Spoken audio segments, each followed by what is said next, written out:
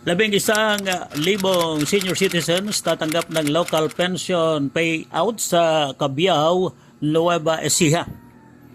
Nasa 11,000 senior citizens sa bayan ng Cabiao sa Nueva Ecija ang tatanggap ng social pension distribution o local pension payout ngayong Abril o Senior Citizens Month bilang pagkilala sa mahalagang kontribusyon ng mga nakatatanda alinsunod sa Republic Act 9994 at Financial Assistance Program ng munisipyo.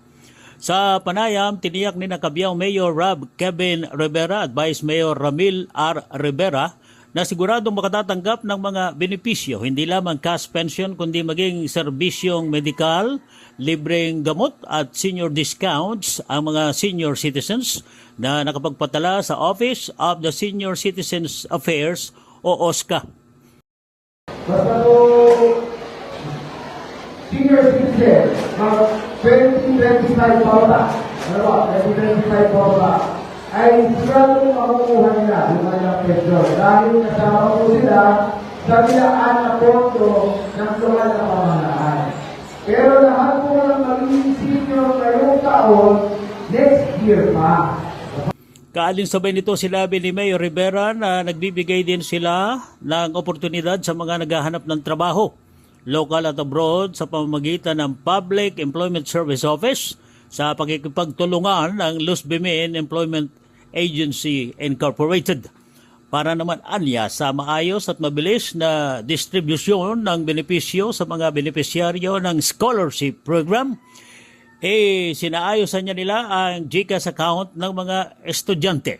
Binanggit din ni Mayor Rivera na pasado ang LGU ng Cabiao sa isinagawang on-site evaluation ng Anti-Red Tape Authority o ARTA kaugnay ng kanilang maayos na pagpapatupad ng mga dekalidad na serbisyo sa mga Cabiaoeños. Nagsagawa din anya sila ng first quarter meeting project monitoring para matiyak na maayos at epektibong naipatutupad ang mga programa at proyekto ng lokal na pamahalaan.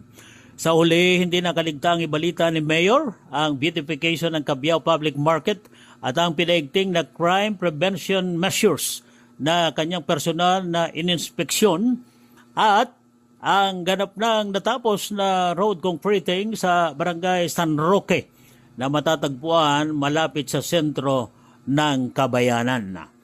Yan ang report. Ako si Charlie Mendoza. Reporters TV, your ultimate media channel.